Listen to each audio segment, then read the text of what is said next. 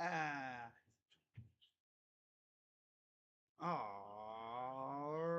then. Let's pull up one other thing here. Okay. All right, I see the good old buffer wheel has showed up, which means it's time to party, baby. What's going on, everybody? Crazy Dog back with another No Bass live stream. As it is that time of the week yet again, it's time for my weekly picks for the Stephen Rose and Yinzer Max Sports tournaments. As always, shout out to those two dudes who put on this tournament every year. It's fun to do, you know? But overall, I mean, it's been a fun season so far. Aside from watching my team look like ass, it's been a fun season, like in general. You know, you've had some good games, some absolute bangers. You've had a couple laughers, you know. You've seen it all this week so far. And we're only just getting started. It's already week 5, right?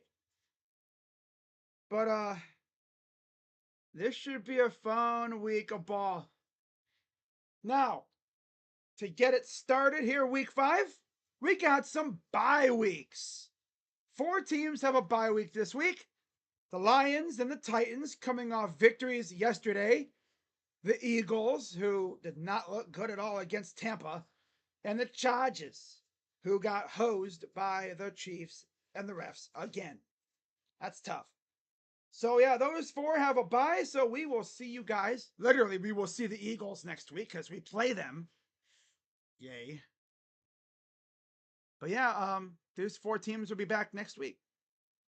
Now, getting it started, we got Thursday Night Football. Tampa Bay Buccaneers coming in at 3-1 on the year. Baker Mayfield is having a fantastic start to his season. 984 yards, 8 touchdowns, 2 interceptions. Chris Godwin's looking like a dog. Mike Evans is Mike Evans, as always, right? I mean, going to Tampa Bay was such a blessing for him because of the weapons he has, right? He could just go there and do his thing. He's not in New York or LA or anything where he has to deal with the media. And the fan base is pretty mellow. Yeah, the fan base is pretty mellow. Not like here in Cleveland where you do something wrong and you got freaking Browns fans slandering your name for the next couple months, right? They be, you know, atting you on Twitter. They constantly be, because we're a rabid fan base. It's the way we are, you know? Well, not like New York, we'll say that. We're tame compared to those people, but yeah. The Buccaneers are looking good. Of course, the NFC South is going to be a fun division. But then you got the Falcons, right? Hosting the Bucks. Falcons are 2-2, 1-2 at home, and the spread is 1.5 in favor of the Falcons. The total is 43.5. Part of me really wants to go Bucks here. But man, I mean, Kirko Chain's doing his thing, man. Can they stop Bijan? How did they do last week? Because, of course, Tampa took the Philly Eagles to Pound Town, and Atlanta escaped against New Orleans because of Young Hui Koo. I tell you what, Young Hui Koo ain't gotta pay for a damn thing in Atlanta for a long damn time. Because he helped them beat New Orleans when it looked like they were cooked. He ain't gotta pay for an inch down there, man. Man. But the Eagles, of course, they are not great. They're good. They needed this bye week. They were losing guys left and right. So against the Eagles, the Buccaneers sacked Jalen Hurts 6 freaking times. Not the sacks. 2 from Levante David, and then 1 apiece from Anthony Nelson, Vita Vea, Logan Hall, and Yaya Diaby. Yaya. Okay. Now on the other side, they only allowed 2 sacks. And one was Brandon Graham and Josh Sweat. So the edge rushers. And the Falcons, how did they do last week against the Saints? So, of course, this is their second straight divisional game, right? Kirk Cousins only got sacked one time against the New Orleans pass rush, and they sacked Derek Carr one time. But they did force an interception on Derek Carr. And they ran for 88 yards, 15 carries. I know the Bucks, I think, gave up over 100 yards to Saquon. So this is going to be an interesting matchup. But man, that receiving core is going to be tough to stop for Atlanta. Drake London, Darnell Mooney, who has been phenomenal so far. Bijan, Ray, Kyle Pitts, who actually didn't get a catch. He got 3 targets, no catches. Wow. Wow, okay. But this is going to be a good game. It's going to be close. It's going to be well around that 1.5 mark. But man, dude, I mean, Baker's been killing it. I got to go Bucks on the road. Give me them Buccos on the road. Yeah, can't doubt Baker these days, apparently. Give me Baker. As soon as my thing stops buffering. There we go. Okay. All right. So yeah, give me the Bucks on the road. All right. Cool. Next we move to Sunday. Now this week we got ourselves an early morning game as the New York Jets, led by Aaron Rodgers, head to Tottenham to face Sam Darnold and the Vikings. The Vikings are 4-0. The Jets are 2-2. Okay. The spread, Minnesota favored by 2.5. The total, 40.5. Over under, I'll say this could go over, honestly.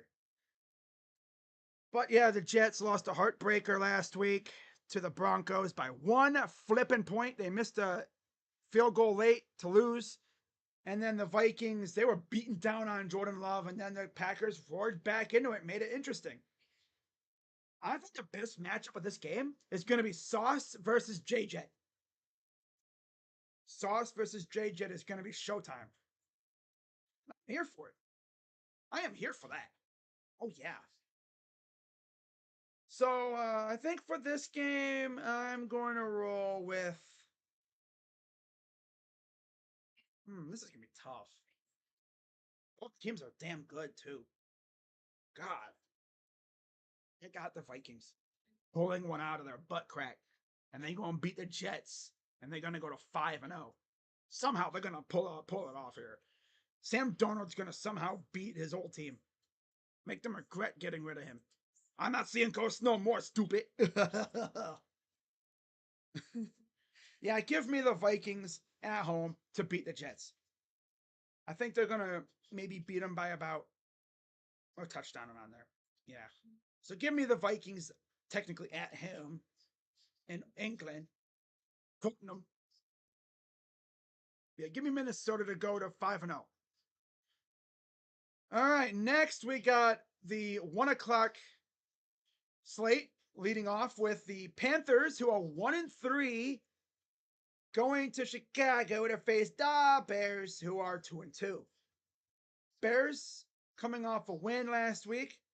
They are favorites by 3.5, and the total is 41.5. I got the Bears. This is an easy pick for me. Give me the Bears. By the way, who is calling the London game? Does it not say on here?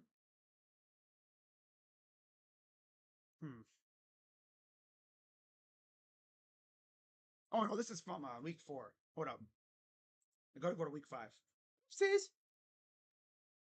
Here it is. All right. So Thursday, okay, so Sunday at 9:30, it'll be Rich Eisen and Kurt Warner as usual. NFL Network will be having that game. So that'll be cool, good stuff. But yeah, for this one, I'm gonna go the Bears over the Panthers, and they're gonna go to 3-2 on the year. Kenny Albert and Jonathan Vilma will be on the call for this one.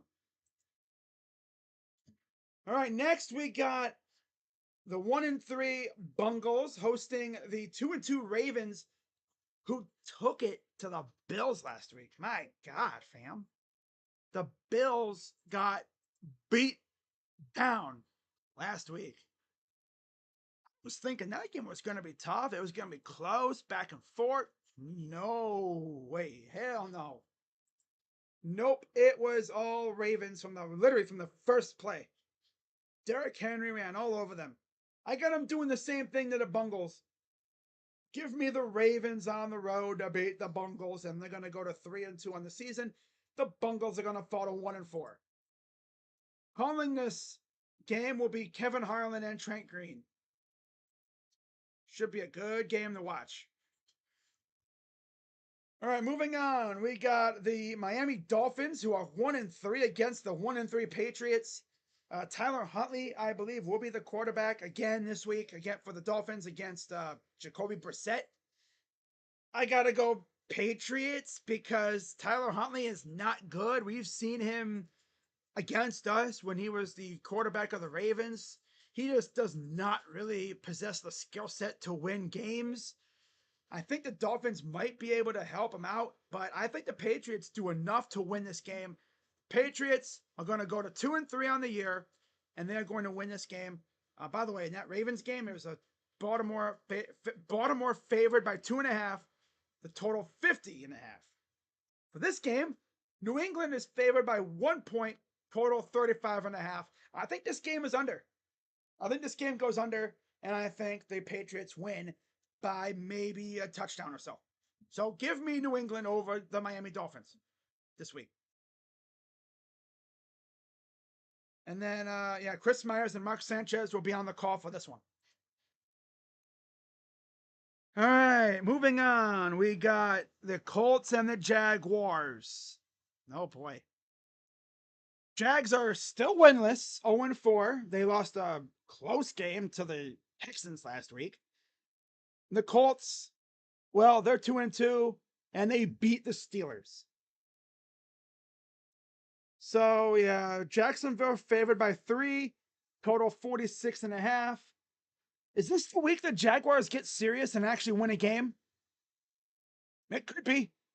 In fact, sorry, JB Taylor, if you're watching this, I'm going to go with the Jags to get the win. In fact, isn't the Colts the team that the Jags absolutely own lately? I'm almost certain they own these guys. Take a look. Let me take a look real quick. Look at this. Look at this. As soon as it loads up, I'll take a look. Okay, so we got, Colts and Jaguars.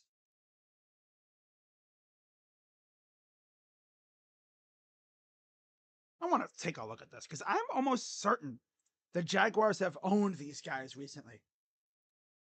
Yes, they have. The Jaguars have won their last 4 of the last 5. The Jags have had a lot of success against these guys. So I think the Jags could do it as long as they don't do something dumb to cost them the game. But I think the Jags do win this game. I think DeForest Buckner's still out. I think this could be the game where Travis Etienne just goes crazy. And I think the Jaguars defense just barely enough to win this game. But I could switch it up. If I'm gonna do anything, I'm gonna put an asterisk next to this game because honestly, I might change it.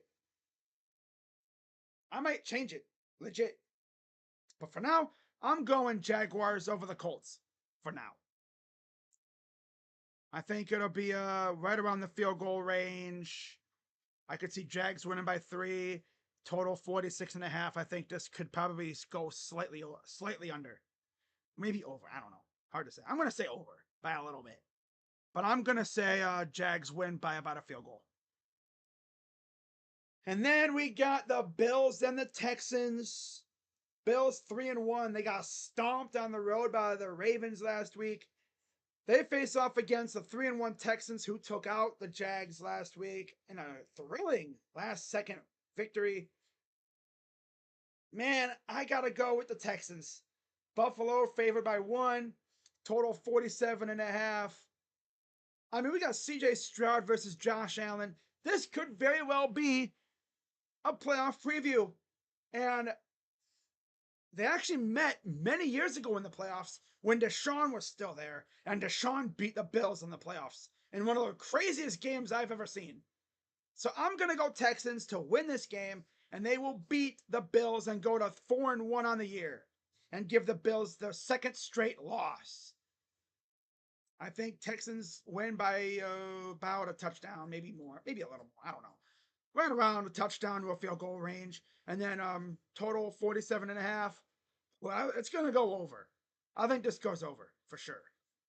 And then the last game on the 1 o'clock docket, we got my Browns 1-3 going to Washington to face the Commanders, who are 3-1 on the year. The Browns, they've been pissing me off this year. We were supposed to have one of the best defenses in the league, and we're looking soft as baby barf. The only players on our defense that really, truly ball the hell out, they look like they give a damn right now. Myles Garrett, I'll say Za'Darius a little bit, but it's mainly Myles Garrett, JOK, Denzel, and Delpit. Those are the 4 guys that ball out whenever the heck they have a chance to. They're always out there, always making plays, trying to help this team win. By the way, Rodney McLeod, I see you with that fumble recovery touchdown. That was dope. Now, got some great news earlier. I did in my video, I just posted. Nick Chubb will be activated. In fact, earlier today, the Browns waived Gary Brightwell, which has Browns fans thinking, Nick Chubb coming back? Not necessarily. I mean, that's a possibility. It could be a Nick Chubb return, activation, but also it could be Pierre Strong, I think, or maybe Naheem Hines or someone else. I don't know. There wasn't a corresponding move yet, so we'll see. I think it could be a Nick Chubb activation, which would be amazing, right? But yeah, Washington favored by 3.5. Total is 44.5. I think, again, our defense does work. They're facing a rookie quarterback who has been balling this year. Jim Schwartz better cook up something good, man. Swear to God, bro. You lose this game. I talked about the next 4 in my preview video. It's like, after this, you got the Eagles on the road. Then you have 3 straight at home against the Ravens, the Bungles, and the Chargers before your bye week. This season could spiral down the tubes if you're not careful. You win this week, you go to Philly next week, who's coming off a bye. They're beat up to hell and back. This could get some juice going. Maybe Chubb is back and Joku's back. Maybe you get Naheem Hines back soon. Maybe some other dudes as well. This could start a little surge, but you got to win this week. It's going to be tough. Jaden Daniels looks like that dude. But I mean, can they stop Myles Garrett? Myles Garrett has 2 bad feet and he's still owning people. But the biggest key is, in order for Myles to get to his man, you got to defend the receivers closer. Don't give them free space to run around, because the longer you make Daniels have to wait, the easier it'll be for Myles and company to get after him. And please keep a spy on Daniels too. Don't let him run around like a freaking chicken with his head cut off, because he can dart around the field if he has to. But I think JOK and them will be ready for that. Remember the last time we were in Washington, it was against Carson Wentz, but still, we terrorized that fool. I don't think we've really faced a rookie quarterback, have we? I don't think so. We've faced quarterbacks that are kind of, in their veterancy. Obviously, Dak, he's been around a while. Trevor Lawrence, obviously, again, been around a few years. Daniel Jones and Gardner Minshew. We're facing a rookie this week. Hey, Jim Schwartz, let's cook up some exotic looks for this guy, right? Let's confuse the hell out of him. Make him think there's a blitz coming, and then you bluff, and you send like 8 in the coverage, and you send Miles, Za'Darius, and maybe Dalvin Tomlinson after his ass. Make him have to sit back there and start panicking. And then right as he's about to throw, Miles comes in with the swipe. Bam! Knocks the ball out. We pick it up, take it to the house. Where's the aggressive defense from last year? Huh? Is it because we did renovations to the facility? Are our guys too comfortable now? Huh? I mean, when they were practicing in that grimy ass facility last year, before they did these renovations and stuff, they added that new space to it. When they were practicing, essentially, when they were lifting weights in the field house part, they were acting like a bunch of rabid dogs. Nowadays, they're walking around like, yeah, look at us, man. We're like, no, stop it. I need this team running around like a bunch of rabid animals out there, trying to tear people's heads off. Legally, of course. Because these refs, they got them eagle eyes on us. I will say, though, I'm pretty pleased with the cut down in penalties. But of course, the cut down in penalties means now we're getting hit with these horrible drive killers that just end every drive. I mean, that if that touchdown that Amari Cooper would have counted, we win that game most likely. Because our defense had them in lockdown. Again, another game where the defense locks down the opponent, but the offense can't do a damn thing. They actually did something, flag. They actually did something good, flag. Come on. Heck, man. Crazy. But talking about this game though, right? Talking about this game. We've won our last two against Washington. One was at home against Dwayne Haskins, rest in peace. The last one was against Carson Wentz. Now we're facing a rookie. I don't know what Browns team we're going to watch here. Right? Maybe we get a little bit of Nick Chubb. I mean, I know, funny thing is, Deshaun was talking about a decoy and stuff. Literally, I would not be mad if they just used Nick as a decoy. Even just having him trot out there on the field and just sit in his stance and not really move much. You know? Because just seeing him out there is like, oh shit, there's freaking Nick. Oh God. There's the human bulldozer. There's the human bulldozer. The dude with freaking tree trunks for legs. And the crazy thing is, see what he did after his major injury in Georgia.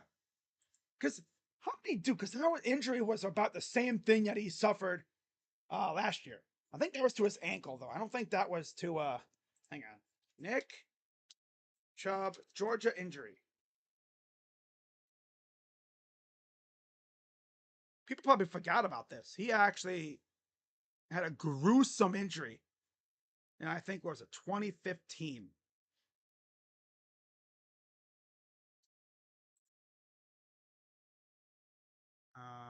In Georgia? Oh, that's what the hell?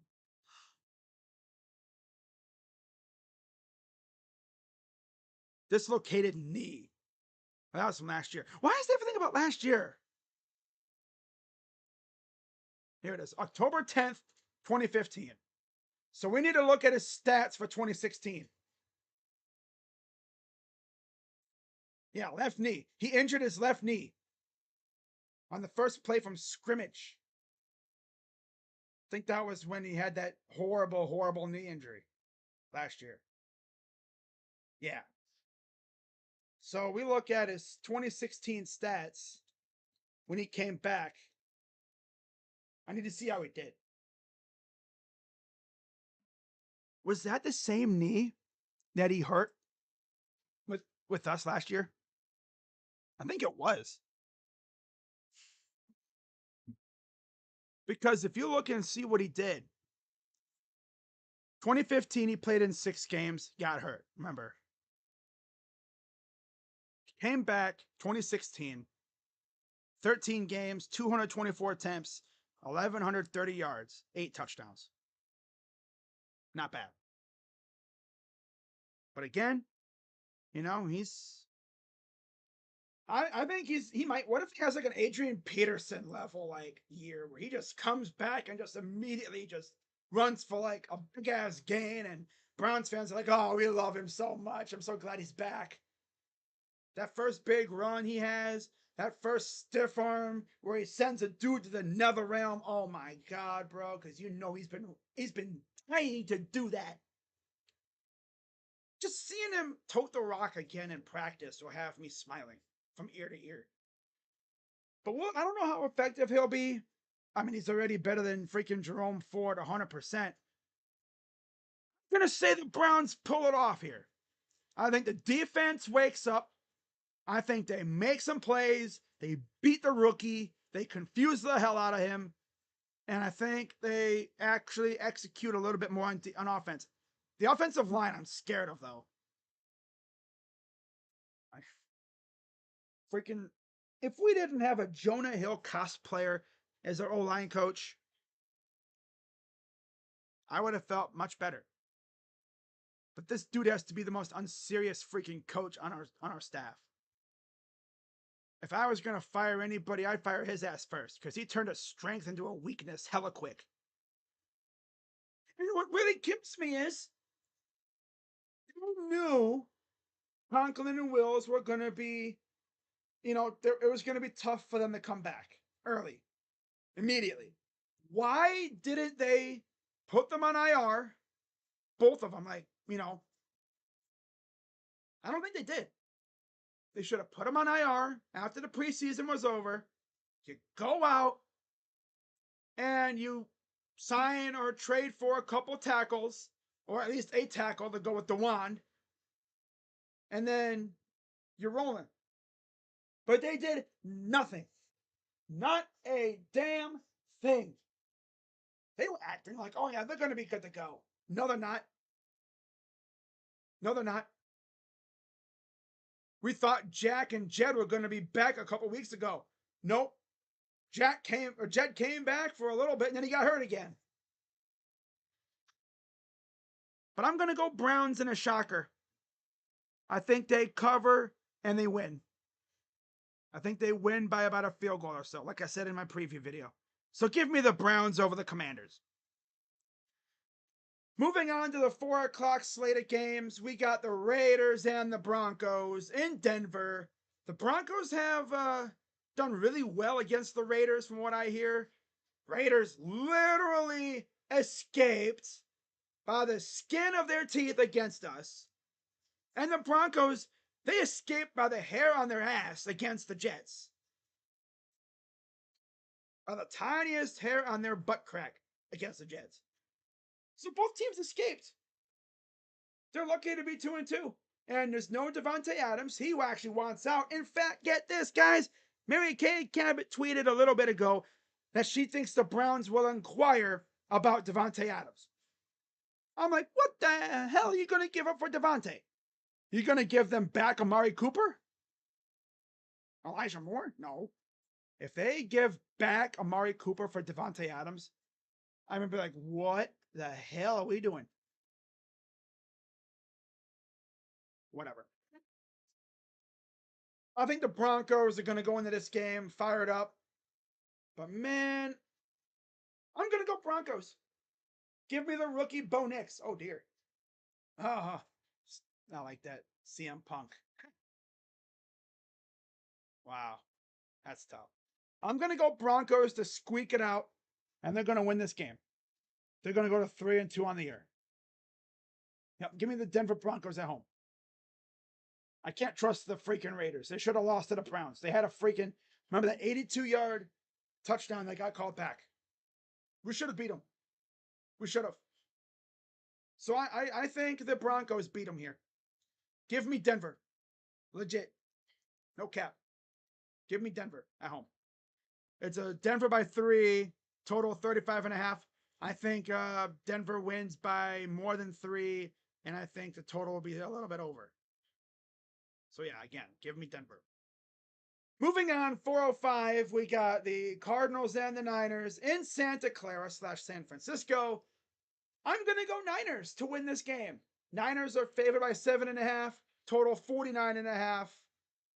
Yeah, I'm going to roll with the Niners at home here. Pretty simple. Keeping it simple there. Yeah, give me the 49ers. 425, we got the Packers and Rams. Rams are just beat the hell in back. The Packers look good. Jordan Love is back. They roared back and made it interesting against the Vikings last week. I'm going to roll with the Packers on the road. Yep. Give me Green Bay. They're favored in this game by 3.5. Total 47.5. Give me the Packers to beat the Rams. And they're going to go to 3-2 on the year. Give me Green Bay. And then the final weekday or afternoon game of the week. 1-3 Giants, 3-1 Seahawks. I gotta go Seattle here. Giants don't really scare me. I mean, okay, yeah, you got smacked by the Cowboys last week. Good stuff. The Giants have actually hit the Seahawks number as of late, though. They have beaten them a couple times on the road. But I gotta go Seahawks. Can the Giants stop Kenneth Walker and DK and JSN? By the way, in case you didn't know, Geno Smith is Jeremiah Smith's cousin. That's pretty cool, right? I didn't even know that. But that's pretty dope. Low-key, I got to ride with Geno. Not because of that, but just because, I think the Seahawks are going to come out here. They're going to take care of business at home, and they're going to go to 4-1 on the season. And, yeah, give me the Seattle Seahawks to win and beat the Giants. And they're going to go to 4-1 overall, 3-0 at home. Give me Seattle. They're favored by 6, total of 43.5. Give me Seattle. And then Sunday Night Football. Oh, yeah. I know I didn't talk about the Sunday Night Football game last week, Ravens and Bills. That game turned out to be a laugher. This game got interesting, though. We got a little rivalry going. Yeah, Cowboys and Steelers. Cowboys beat the Giants on the road. They lost to Marcus Lawrence and Micah Parsons. Sounds like they won't be playing this week. Of course, it's against the damn Steelers. And the Steelers, well, they lost to the Colts. I still think the Cowboys beat the Steelers. I think CeeDee Lamb goes crazy in this game. And Justin Fields sounds like he'll be starting again. But with no D-Law or Micah Parsons, it's going to be close. But I got the Cowboys going in and winning this game in a nail-biter. Pittsburgh by 2.5 is the spread. 42.5 is the total. I think Cowboys win this game by, I'll say, about a field goal. And I think they cover. I think they win by about a field goal, and they go over the total. Over 42. And then Monday Night Football, we got the Saints and the Chiefs in Arrowhead. Derek Carr against Pat Mahomes. These two guys know each other very well. Of course, Pat Mahomes has owned Derek Carr's teams lately when he was with the Raiders. Mahomes hasn't looked that great. Saints have looked good. They should have beat the Falcons, but Younghoe Koo happened. I got the Chiefs somehow, some way, squeaking out with this win. Kansas City favored by 5, total 42.5. I gotta go with the Chiefs at home. They're somehow gonna find a way to win this game, and they're gonna go to 5-0 overall and 3-0 at home. Give me Kansas City. Now, calling these games, you got Indy, Jacksonville, Spiro Dides, and Adam Archuleta to go along with Kevin Harlan, Trent Green doing Baltimore and Cincy. Buffalo, Houston, we have Ian Eagle and Charles Davis. That's the early games on CBS. The late games will be Jim Nantz and Tony Romo doing Green Bay and LA. Andrew Catalan, Tiki Barber, and Jason McCourty will be in Seattle for the Giants and Seahawks. On Fox, Jason Benetti, who does the Tigers games as well, he will be with Greg Olson doing Cleveland and Washington. Kenny Albert and Jonathan Vilma for Carolina, Chicago. Chris Myers and Mark Sanchez will be doing Miami, New England. Arizona, San Fran will have Kevin Burkhardt and Tom Brady. And Las Vegas, Denver will have Kevin Kugler and Daryl Johnston. So there you go. Those are my picks. Shout out to everyone who was in the chat. What's up, Duke? You know, never mind, we suck. That's so funny. Duke, can't pick the damn Steelers. But you know the Steelers. You know how they are. I picked the Cowboys because I hate the Steelers. And I want the Steelers to fail. I'm so high. What's up, Rays? Commander 77-6. Rays, if we give up 77 points, I need Jim Schwartz and that entire defensive staff fired before the game's over. Literally, fire them all if that happens. The Raiders haven't lost to the Broncos since 2019, right? Well, I mean, I can't trust them. I trust the Broncos more right now. So I want Broncos. So everyone's giving their predictions in the chat. Like it really matters. Raiders and Jets both with the trade. Max Crosby and Hassan Reddick will be the best rushing duo against it in the AFC. What? And Devontae Adams and Aaron Rodgers reunite. Everybody wins. No. No. Not happening.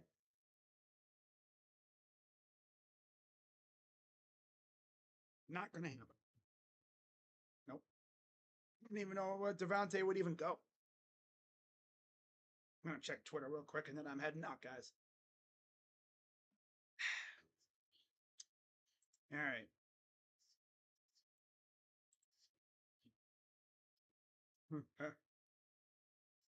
All right, guys. I think I'm going to head out. And I will I'll see you guys tomorrow for some baseball. So I'll see you guys tomorrow and see if the Browns can bounce back. But with that being said, guys, I'm Crazy Dog.